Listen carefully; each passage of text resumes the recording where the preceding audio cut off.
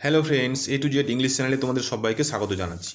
তো ইংলিশের গোড়া থেকে একদম এ টু জেড ইংলিশ শেখার জন্য এই চ্যানেলে আমাদের একটি বিশেষ বই, যেটি হচ্ছে a treasure trove for English learners. এই বই থেকে আমরা পুরো বইটাকে রিভিউ করছি এবং চ্যাপ্টার ওয়াইজ এই চ্যানেলে একটার পর একটা অনুশীলনী সলভ করা হচ্ছে এবং আমরা গোড়া থেকে একদম এ টু জেড থেকে আমরা এই চ্যানেলে গ্রামার শেখার জন্য প্রস্তুত হচ্ছি। ঠিক আছে, তো একের এক অধ্যায় ওয়াইজ এই বইটাতে যেরকম যেরকম রয়েছে সেরকম সেরকম সমস্ত চ্যাপ্টার ওয়াইজ আমাদের এই চ্যানেলে ভিডিও দেওয়া হচ্ছে।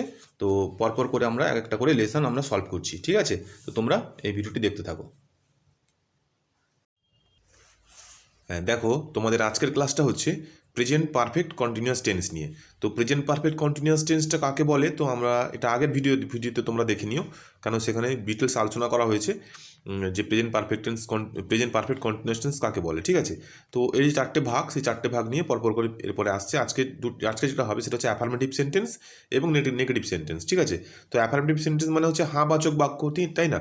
তাহলে হাঁবাচক বাক্যর ক্ষেত্রে আমরা প্রেজেন্ট পারফেক্ট কন্টিনিউয়াস টেন্সের গঠন কীভাবে করবো বা কীভাবে আমরা সেইটা তৈরি করবো, সেন্টেন্সটা তৈরি করব, তো সেটা আমরা আজকের ভিডিওতে দেখবো। ঠিক আছে, তো দেখো, এইটা শুরু করার আগে দেখো এখানে কতগুলো এক্সাম্পল দেওয়া আছে। তো সেই এক্সাম্পলগুলো আগে আমরা দেখি কীরকম করা হয়েছে, তারপর তার রুলসটা নিচে দেওয়া আছে, আমরা সেটা দেখবো। ঠিক আছে, দেখো বলছে কি যে 1 ঘন্টা যাবৎ ঝড় বইছে। তাহলে 1 ঘন্টা যাবৎ ঝড় বইছে। ঠিক আছে, কী ব্যাপারটা, তাহলে ঝড়টা কিন্তু এখনও শেষ হয়নি।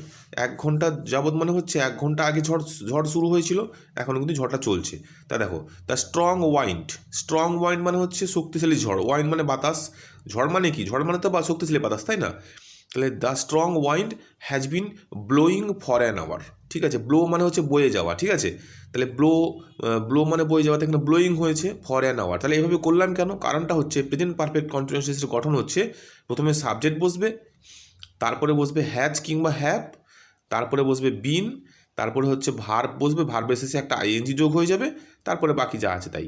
তাহলে সেই গঠন অনুযায়ী কিন্তু এখানে আমাদের হ্যাজ বসছে, বিন বসছে এবং ব্লোয়িং বসছে। ঠিক আছে, ব্লোটা হচ্ছে ভার্ব, ব্লোয়ের সঙ্গে আইএনজি যোগ হয়ে গেছে। তাহলে ভার্বের সঙ্গে সবসময়ের জন্য আইএনজি যোগ হবে যখন আমাদের প্রেজেন্ট পারফেক্ট কন্টিনিউয়াস টেন্স থাকবে এবং তার আগে অবশ্যই হ্যাজ থাকবে। ঠিক আছে, হ্যাজ শুধুমাত্র যদি আমাদের হ্যাজ বিন তুলে দেওয়া হয় তাহলে কিন্তু এটা ভুল হবে। ঠিক আছে, তাহলে আমরা পড়ছি প্রেজেন্ট পারফেক্ট কন্টিনিউয়াস টেন্স, সেন্টেন্সের গঠন অনুযায়ী এভাবে করা হয়েছে। ঠিক আছে, দেখো, গতকাল থেকে মুষলধারে বৃষ্টি হচ্ছে। তাহলে it has been raining cats and dogs since years. তাহলে এই যে ক্যাটস অ্যান্ড ডগস, এটা হচ্ছে এক প্রকার ফ্রেজ। ঠিক আছে, এটাকে বলা হয় মুষলধারা। হ্যাঁ, মুষলধারা বা এক নাগাড়ে কোনো কিছু হয়ে যাওয়াকে এইরকম ক্যাটস অ্যান্ড ডগস হিসাবে ব্যবহার করা হয়। অর্থাৎ এটা হচ্ছে একটা ফ্রেজ যেটার মাধ্যম দিয়ে আমরা এই মুষলধারাটাকে বোঝাচ্ছি। তাহলে ইট হ্যাজ বিন রেইনিং, তাহলে ইট কেন করা হলো, কারণ হচ্ছে দেখো এই যে সেন্টেন্সটা রয়েছে, এই সেন্টেন্সটা কিন্তু নির্দিষ্ট কোনো সাবজেক্ট খুঁজে পাওয়া যাচ্ছে না। ঠিক আছে, যেখানে নির্দিষ্ট কোনো সাবজেক্ট খুঁজে পাওয়া যায় না সেখানে আমরা ইট কিংবা দেয়ার ব্যবহার করি, যেগুলোকে বলা হয় ইন্ট্রোডাক্টরি ইট কিংবা ইন্ট্রোডাক্টরি দেয়ার। তো এইটা নিয়ে কিন্তু ডিটেলসে ভিডিও পরে আসবে, তোমরা কিন্তু অবশ্যই দেখে নিও। ঠিক আছে, তাহলে it has been raining cats and dogs since yesterday. ঠিক আছে, নেক্সট দেখো, মোম 3 ঘন্টা ধরে মম 3 ঘন্টা ধরে উপন্যাসটি পড়ছে। তাহলে 3 ঘন্টা ধরে অনেকক্ষণ সময় বোঝাচ্ছে, উপন্যাসটি পড়ছে মানে কি, মানে অনেকক্ষণ, 3 ঘন্টা আগে সে শুরু করেছিল, এখনও পড়ছে, ভবিষ্যতেও পড়বে। তাহলে মোম has been reading the novel for 3 hours. ঠিক আছে, আমি ঝিনুকের জন্য 2 ঘন্টা যাবত অপেক্ষা করছি। তাহলে I have been waiting for ঝিনুক ফর 2 আওয়ার্স। তাহলে এই যে আই হ্যাভ বিন, আয়ের পর হ্যাভ বসে, তারপর বিন হয়েছে, তারপর ওয়েটটা হচ্ছে ভার, তার সঙ্গে আইএনজি যোগ হয়ে গেছে, ফর ঝিনুক ফর 2 আওয়ার্স। ঠিক আছে, আশা করি তোমরা বুঝতে পারছো। এবার দেখো এখানে একটা ব্যতিক্রমী, আবার দেখো এই যে সেন্টেন্সটা দেখো ভালো করে, আমি গত সোমবার থেকে ইনফ্লুয়েঞ্জায় ভুগছি। তাহলে এখানে দেখো, তাহলে এখানে কিন্তু উল্লেখ করে দেওয়া আছে গত সোমবার নির্দিষ্ট করে, তাই না? তাহলে সেন্টেন্সটা দেখো, তাহলে I have been suffering from influenza since Monday last. ঠিক আছে, আমি আগেই বলেছিলাম যেখানে নির্দিষ্ট করে কিছু বোঝানো হবে, নির্দিষ্ট সময়, নির্দিষ্ট তারিখ, নির্দিষ্ট দিন, সেক্ষেত্রে কিন্তু আমাদের তার পূর্বে কিন্তু সিন্স ব্যবহার করা হয়। ঠিক আছে, তো এখানে যেহেতু গত সোমবার করে উল্লেখ করে দেওয়া হয়েছে তাই এখানে সিন্স বসেছে। যদি বলতো সোমবার থেকে ভুগছি, তাহলে বা নির্দিষ্ট কিছুটা পিরিয়ড অফ টাইম, অর্থাৎ অনেকক্ষণ ধরে, অনেক সময় ধরে ভুগছি বলা যেত, তাহলে কিন্তু এখানে সিন্স হতো না, সেখানে ক্ষেত্রে ফর হতো। ঠিক আছে, আচ্ছা, তারপর দেখো আমরা অনেকক্ষণ ধরে তার আগমনের প্রতীক্ষা করছি, ঠিক আছে। তাহলে অ্যারাইভেল মানে আগমন, তাহলে we have been waiting his arrival for a long time, ঠিক আছে। আবার এখানে দেখো এখানে কিন্তু সাল নির্দিষ্ট করে উল্লেখ করে দেওয়া হয়েছে, তাহলে এখানে সিন্স হবে, তাই করা হয়েছে যে 1958 সালে জানুয়ারি মাস থেকে আমরা মেদিনীপুরে বাস করছি, তাহলে উই হ্যাভ বিন লিভিং, ঠিক আছে, অ্যাট মেদিনীপুর, মেদিনীপুরের আগে অ্যাট বসে গেছে, ঠিক আছে। সিন্স জানুয়ারি 1958, কেন সিন্স করা হলো আশা করি তোমরা বুঝতে পারলে, আগে একটু বললাম। তারপরে দেখো একইভাবে আমরা 5 বছর যাবত এই সুবিধা ভোগ করছি, এখানে কিন্তু 5 বছর যাবত, এখানে কিন্তু কোনো নির্দিষ্ট তারিখ উল্লেখ করে দেওয়া হয়নি, ঠিক না। তাহলে সেক্ষেত্রে দেখো এখন কিন্তু আর সিন্স হবে না, তাই করা হয়েছে we have been enjoying this privilege for the last 5 years, তাহলে এখানে ফর করা হয়ে গেছে, কেন ফর করা হয়ে গেছে, 5 বছর যাবত বলা হয়েছে, যদি এখানে নির্দিষ্ট করে বলা হতো তাহলে কিন্তু এখানে সিন্স হতো, ঠিক আছে। আশা করি তোমরা বুঝতে পারলে। দেখো এবারে এই যে সেন্টেন্সগুলো আমরা পড়লাম, এগুলোর গঠন কাঠামোটা কীভাবে তৈরি করা আছে দেখো। প্রথমে বলছে সাবজেক্ট বসবে, তারপরে হ্যাজ বিন কিংবা হ্যাভ বিন বসবে, হ্যাজ হ্যাভ কোথায় বসে আগের ভিডিওতে আলোচনা করা হয়েছে, হ্যাভ দেখে নিও তোমরা। তারপরে হচ্ছে মূল ভার্বের সঙ্গে আইএনজি যোগ হয়ে যাবে, তারপরে অবজেক্ট বা কমপ্লিমেন্ট বসবে। কয়েকটা সেন্টেন্সের মাধ্যম দিয়ে ব্যাপারটাকে বিস্তারিত বোঝানো হয়েছে। দেখো প্রথমে সাবজেক্ট, তারপরে হ্যাজ বিন বা হ্যাভ বিন বা হ্যাজ বিন, তারপরে মেন ভার্ব প্লাস আইএনজি, তারপরে অবজেক্ট বা কমপ্লিমেন্ট, ঠিক আছে। তারপরে সেই হিসাবে আই বসছে এখানে, তারপরে হ্যাজ বিন বা হ্যাভ বিন বসছে, আইয়ের পরে হ্যাভ বসে তাই হ্যাভ বসছে, সাথে তো বিন যোগ তো হবেই, সাথে সাথে মেন ভার্ব, এখানে মেন ভার্ব যা ছিল ওয়েট, তার সঙ্গে আইএনজি যোগ হয়ে গেছে, কেন মেন ভার্বের সাথে আইএনজি যোগ হবে, তারপরে বসছে, তারপর বাকি যা থাকবে সেন্টেন্সের মধ্যে সেটা তুলে দেওয়া হবে, ঠিক আছে। ফর জিনুক ফর 2 আওয়ার্স একইভাবে সবগুলো এখানে করে দেওয়া হয়েছে, ঠিক আছে। আশা করি তোমরা বুঝতে পারলে। তাহলে এটা গেল অ্যাফার্মেটিভ সেন্টেন্সের নিয়ম, ঠিক আছে। এরপরে আমরা আসবো নেগেটিভ সেন্টেন্স। নেগেটিভ সেন্টেন্স মানে নাবাচক বাক্য, তাহলে অর্থাৎ একটা না বা নট ঢুকবে এখানে, ঠিক আছে। তাহলে নট ঢুকলে কিন্তু এখানে নেগেটিভ সেন্টেন্স হয়ে যাবে। তাহলে নটটা এবার কোথায় লাগাবো, কীভাবে লাগাবো দেখো।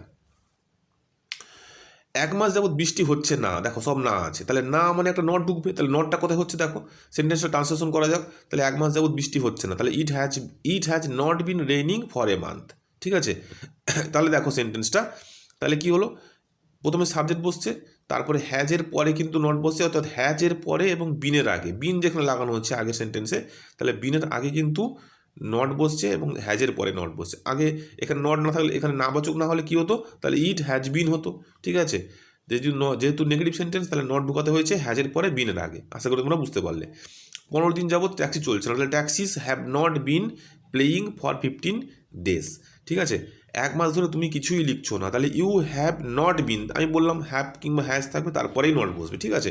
কিংবা এ পাশ থেকে তুই ধরতে পারো বিনের আগে নট বসবে, তাহলে you have not been writing anything for a month, 3 দিন ধরে আমি রাতে ঘুমোচ্ছি না, তাহলে I have not been sleeping at night for 3 days, 7 দিন ধরে তুমি বাজার যাচ্ছ না, তাহলে ইউ হ্যাভ নট বিন, বিনটা হচ্ছে কি, বিনটা হচ্ছে আমাদের গঠন কাঠামো অনুযায়ী বিন বসবে, তারপরে যাওয়া ইংরেজি হচ্ছে গো, তার সঙ্গে আইএনজি যোগ হয়ে গেছে, কোথায় যাচ্ছ না, টু মার্কেট, কতদিন ধরে না 7 দিন ধরে, তাহলে ফর 7 ডেজ। আশা করি তোমরা পুরোপুরি ট্রান্সলেশনগুলো বুঝতে পারলে।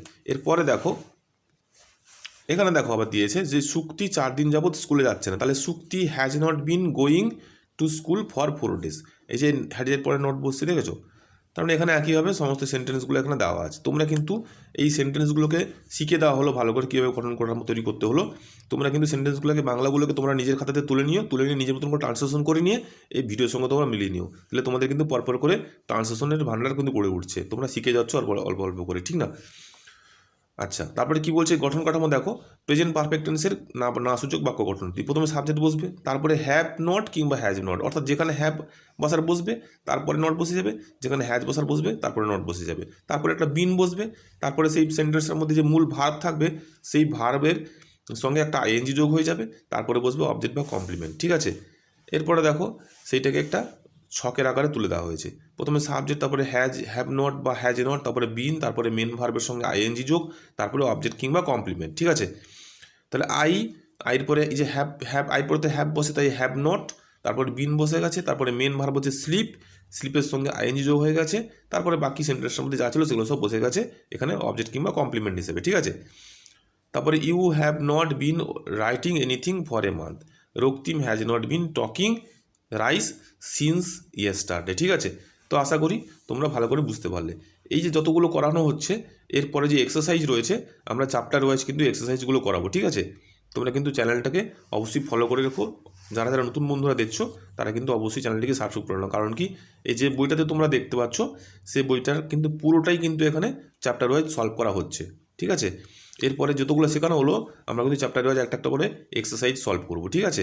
আপাতত তোমরা ভালো করে দেখো এবং এই ট্রান্সলেশনগুলো নিজের মতন করার চেষ্টা করো, করে এই ভিডিওর সঙ্গে মিলিয়ে নিও যে তোমরা কতটা ইম্প্রুভমেন্ট হচ্ছে, তোমাদের কতটা কাজে লাগছে ভিডিওটা বা চ্যানেলটি। তোমরা কিন্তু অবশ্যই কমেন্টে জানিয়ে তোমাদের কতটা উপকারে লাগছে, ঠিক আছে। শুধুমাত্র ভিডিও দেখলে হবে না, তোমরা ভিডিও দেখার সাথে সাথে তোমরা বাড়িতে প্র্যাকটিসও করো, ঠিক আছে। তোমাদের কীভাবে আরও কী কী করলে সুবিধা হবে তোমরা একটু অবশ্যই পরামর্শ দিতে পারো। আর যারা যারা দেখছো সবাইকে অনেক অনেক ধন্যবাদ। আজকের ভিডিওটা কেমন লাগলো তোমরা কিন্তু অবশ্যই কমেন্টে জানিও, ঠিক আছে। কারণ তোমাদের কমেন্ট পেলে আমি কিন্তু প্রচণ্ড উৎসাহী বোধ করি। আমার যে পরিশ্রমটা তোমাদের জন্য করছি সেটা কিন্তু আমাকে সফল মনে হয়, ঠিক আছে। তো আশা করি সবাই ভালো থেকো, সুস্থ থেকো। নেক্সট যে ভিডিও আমাদের আসবে এর পরের ভিডিওর জন্য তোমরা ওয়েট করো। নেক্সট ভিডিওতে দেখা হচ্ছে এই প্রেজেন্ট পারফেক্ট কন্টিনিউয়াস টেন্সের ইন্টারোগেটিভ সেন্টেন্সকে নিয়ে, ঠিক আছে। ততক্ষণের জন্য টাটা।